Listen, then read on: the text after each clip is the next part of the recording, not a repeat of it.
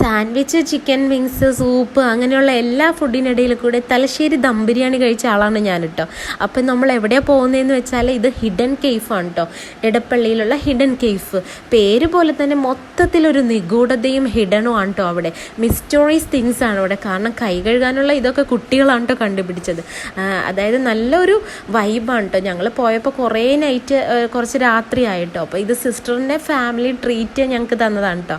അപ്പം സിസ്റ്ററും ബ്രദറിൻ ലോയും എല്ലാവരും കൂടി കുട്ടികളൊക്കെ ആയിട്ട് പോയതാണ് കേട്ടോ. കുട്ടികൾക്കൊക്കെ ഇവിടുന്ന് പോരാനേ തോന്നുന്നില്ല. കാരണം അത്രയ്ക്കും നമുക്ക് ഓരോ സ്ഥലങ്ങൾ കണ്ടുപിടിക്കാൻ തന്നെയുണ്ട്. പിന്നെ അതുകൂടാതെ അവിടുത്തെ പെയിൻറ്റിങ്ങുകൾ, ഓരോ പെയിൻറ്റിങ്ങുകൾക്കും ഓരോ കഥ പോലെ ഉണ്ട് കേട്ടോ. അതിനിടയിൽ എനിക്കിഷ്ടപ്പെടാത്ത കുറേ പെയിൻറ്റിങ്ങുകളും ഉണ്ടായിരുന്നു കേട്ടോ. സംഭവം കുറേ ഡ്രാക്കുളയും ചാത്താന്മാരെയൊക്കെ വരച്ച് വെച്ചിട്ടുണ്ട് കേട്ടോ.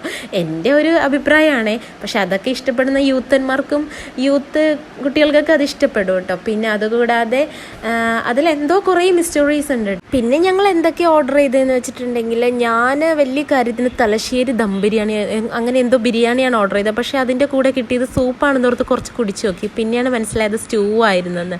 പിന്നെ കുട്ടികളൊക്കെ ഓർഡർ ചെയ്തത് കുബൂസും ചിക്കൻ വിങ്സും അങ്ങനെയൊക്കെയാണ് കേട്ടോ. സാൻഡ്വിച്ച്, എനിക്ക് ആ കൂട്ടത്തിൽ ഫുഡിൽ സാൻഡ്വിച്ചാണ് കുറച്ച് ടേസ്റ്റ് ആയിട്ട് തോന്നി കേട്ടോ. ഫുഡ് അത്ര വലിയ ഗംഭീര ഫുഡെന്നൊന്നും പറയാൻ എനിക്കറിയില്ല. എനിക്ക് തോന്നിയതാണ്, എൻ്റെ ഫാമിലിക്കും തോന്നിയതാണ്. പക്ഷേ ഫുഡ് കൊള്ളാം, നല്ല ഫുഡാണ്, അത്രയേ ഉള്ളൂ. എന്നാലും ഭംഗിയാണ്, സ്ഥലത്തിൻ്റെ ഭംഗിയാണ് കൂടുതലും ഫുഡിനേക്കാളും നന്നായിട്ട് നമുക്ക് തോന്നിയത് കേട്ടോ.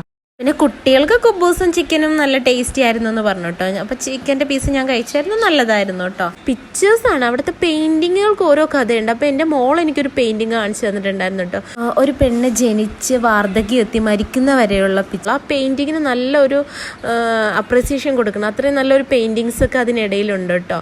പിന്നെ എന്തേ നമ്മൾ കൈ കഴുകുന്ന ഇടമൊക്കെ എല്ലാം ഒരു നല്ല ഒരു ആർട്ട് വർക്കാണ് കേട്ടോ. ഒരു നല്ല ഇൻറ്റീരിയർ വർക്കാണ് കേട്ടോ അവിടെ ചെയ്തേക്കുന്ന എല്ലാം. നല്ല നമുക്ക് പോയി കുറേ നേരം നമുക്കത് അവിടെ ഇരുന്ന് സ്പെൻഡ് ചെയ്യാൻ പറ്റിയ ഒരു സ്ഥലമാണ് കേട്ടോ. എല്ലാ ഫാമിലി ആയിട്ടൊക്കെ പോയാൽ നല്ല സ്ഥലമാണ് കേട്ടോ. പിന്നെ ഈ മരങ്ങളുടെ ഇടയിലൊക്കെ ഓരോ ടീ സ്പോട്ട് അവർ സെറ്റ് ചെയ്ത് വെച്ചിട്ടുണ്ട് കേട്ടോ. അപ്പോൾ കുറേ ഫ്രണ്ട്സൊക്കെ ആയിട്ട് വന്നാൽ ചില്ല് ചെയ്യാൻ പറ്റിയ സ്ഥലമാണേ.